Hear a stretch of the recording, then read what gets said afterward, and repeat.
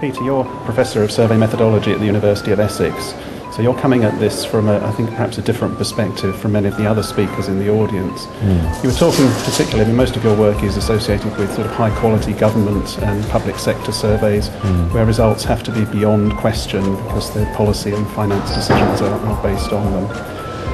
I just wonder, you've mentioned the importance of face-to-face interviewing, how that underpins most of, if not all, or most of what's done in terms of government research. Do you think that face-to-face interviewing itself suffers problems and drawbacks that may be getting worse over time? Indeed, I think the situation is changing. That, a decade or two ago, face-to-face surveys were clearly the gold standard. And since then it has continued to become more and more difficult to get good response rates. More and more concerns that certain sectors of society just don't cooperate in face-to-face surveys. And you are actively investigating other methods of data collection. Indeed we are, yes. But particularly in the context of combining modes, not just using different modes instead of face-to-face interviewing, but drawing strengths from different methods and different modes.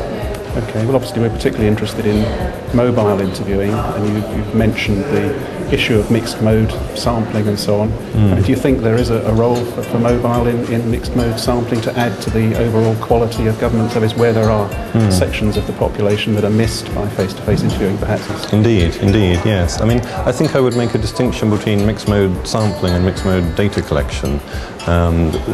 These have slightly different implications, and I think for long-running sort of government and academic surveys that have long since been telephone surveys sampling phone numbers, mixed mode sampling has a lot to offer. So sampling mobile phone numbers as an addition to sampling fixed phone numbers is something with strong potential, precisely for the reasons you outlined, to try and cover these people who don't have fixed phone lines anymore. But mixed mode data collection is something that surveys can consider without necessarily having to sample mobile phone numbers. You can obtain the mobile phone numbers in other ways. For example, a lot of government surveys select their samples from administrative records, of, let's say, benefit recipients. And on those records these days, increasingly, people are providing mobile phone numbers rather than fixed phone numbers. Are there data protection issues there, or is that... Well, I don't think there's anything new, particularly in that kind of context, about the fact that we now have mobile phone numbers. There are always data protection issues about using people's personal details that have been given for administrative purposes for carrying out research. We need to be very careful about how we do that. And I think all serious survey organisations do take those things seriously.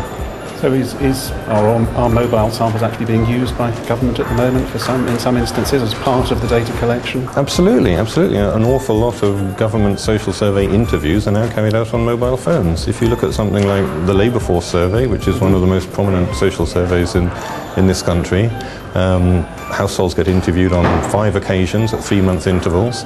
The first occasion is nearly always face-to-face, and at that point the interviewer collects phone numbers, and then the follow-up interviews are carried out by phone. And the proportion of those interviews that are carried out on mobiles has just increased over the last decade.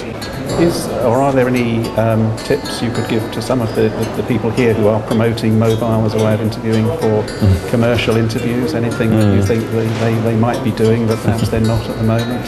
Well, it's interesting observing marketing and market research people talking about survey methodology at this conference compared to the more kind of statistical or scientific conference that I often go to, where there are academics and government researchers, because they have very different perspectives. And I often feel that the sort of marketing perspective is the marketing people are very good at embracing the potential of new technologies and coming up with innovative ideas in a way that I sometimes really wish government researchers could just be a little bit more open to new ideas. But there is a balance to be struck, and I think both camps have a lot to learn from each other. And I would encourage the marketing and market researchers to look and see what they can learn from the academic researchers and the government researchers in terms of keeping their eye on the old traditional concepts that are important in survey design, balancing that against the innovation. But I'd also say the same to the government researchers the other way around.